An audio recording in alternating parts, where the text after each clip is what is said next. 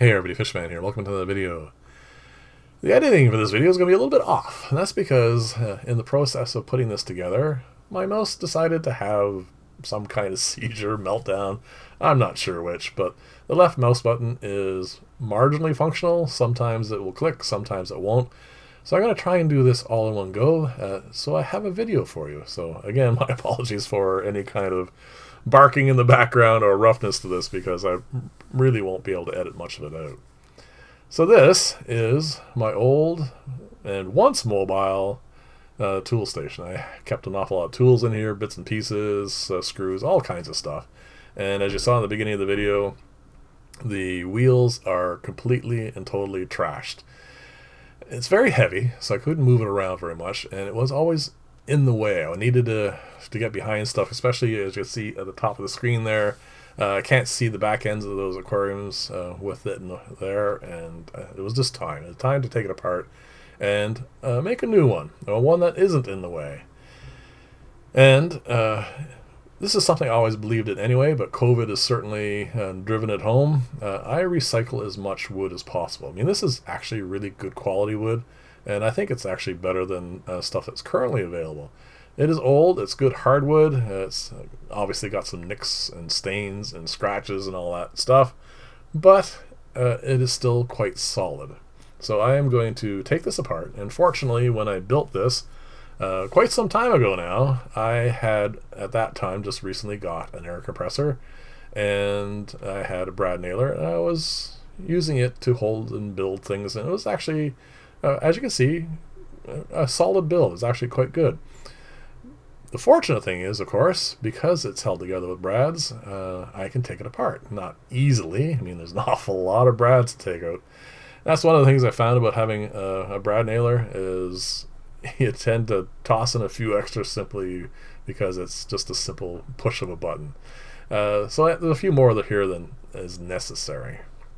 So I'm going to take all these out. I'm going to separate all the wood, and here we go.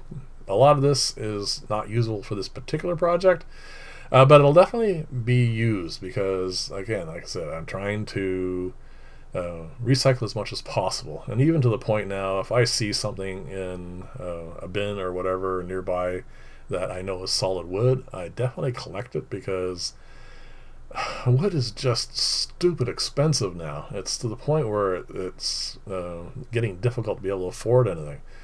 There's one panel I needed for this job, and that panel just goes across the back because it's a bit big for these particular sizes, and that one little piece cost me $50. And that is crazy. So like I said, I'm being very careful with all the wood I have, and as you can see here, I'm not exactly set up for resizing pieces of this size because my saw is quite small, and I have to take special pains to make sure everything's held properly, clamped down, and it just takes a little bit longer, but at least I get to reuse this. And even this piece of wood here, the offcut, I'm going to keep that because, like I said, it may come in handy at some point in time, and with a bit of sanding, and it may actually be reasonable looking again too. So off to the right, you see there, that is my old bin station for holding lots of bits and pieces, and this is going to hopefully hold a fair amount of that material, because I want to take that and completely get rid of it. I want to convert that to a new rack system for not fish, but for storage for acrylic and wood and metal and everything. I want to get all that stuff organized in one spot, different sizes, all that sort of stuff, different thicknesses, so I can make my work progress in the shop a lot more streamlined. I don't have to go looking for stuff, digging around for things. The acrylic workstation right at the moment is excellent for that. It is perfect for most sizes of things that I want to work with acrylic. It's not obviously big enough for everything. It wasn't designed for that, so there will be pieces of acrylic. I have two currently now leaning against an aquarium in the fish room over there that I would mind getting out of the way. That just don't fit in there. They're just too big. They were offcuts. I had to, when I was doing a job for a client, get a full sheet cut, and there was just two pieces. Well, actually, it was one piece but I had it cut down a little bit so I can, fit it in the car and get it here. But it's still too big for the workstation. So, I mean, things like that come up quite often. So what I'm going to do here is, because this is going to have drawers like the acrylic workstation, I have to be extremely accurate in putting this together. I need to make sure that it is completely square when I set it up, because I want the drawers obviously to slide in and out just like the workstation without any issues. And I'm also sizing these so they are the same size as those, so I can actually swap drawers back and forth. I'm not sure how much that's going to happen, but I figured while I was at it, it's just a good idea to make things as universal as possible. So there you go. Now I'm going to finish the rest of that off camera, and I'm going to attach the back. And there you go. This is nice and square now, which is great. And this is a $50 piece of wood. They had really poor selection. This is actually a good piece. This is oak, half-inch oak hardwood ply. An awful waste in this particular place, like this we're going here. But I was just going to stick a piece of 1/4 inch on the back of this, but there wasn't any. I mean, it's getting kind of stupid with what's available, how long it takes to get stuff. And I wanted to get this done, and the price difference, believe it or not, between 1/4 inch and half-inch for a reasonably good quality wood was only, this would have cost me, I think, $12, $13 less. Not worth waiting, a week and a half, 2 weeks for them to get it in. So I just, like I said, I just wanted to get it done. But fortunately, because I got this piece cut and there's a fair amount of it left, I'll be able to make drawers out of the rest of it, so not completely wasted. So this is the section of bench I've cleared off, and this is where it's going to go. And a bunch more stuff over there needs to obviously be worked on. And this is going to be sorted out, and most of it's going to go into this new cabinet. This thing here, once I get the drawers made, of course, and probably some like bin type boxes as well. And then I'm going to take all that apart and, of course, get that set up for the other thing. And level it as much as I could.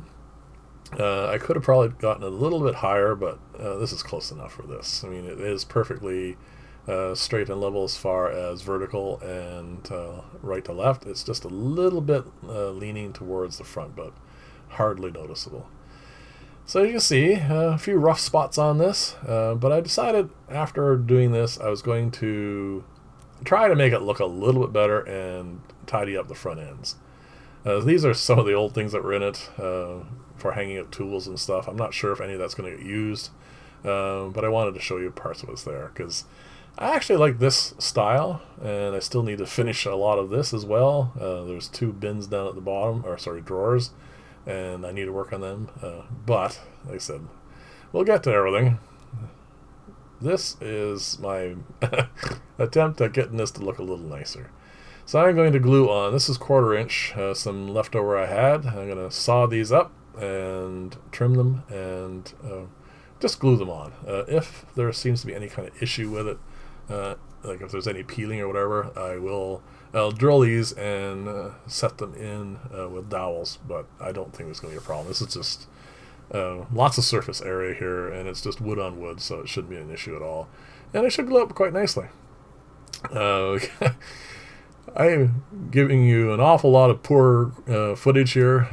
My apologies. The cameras and stuff I have set up is not designed for looking at this part of the fish room, but that's why most of it's actually got edited out as well.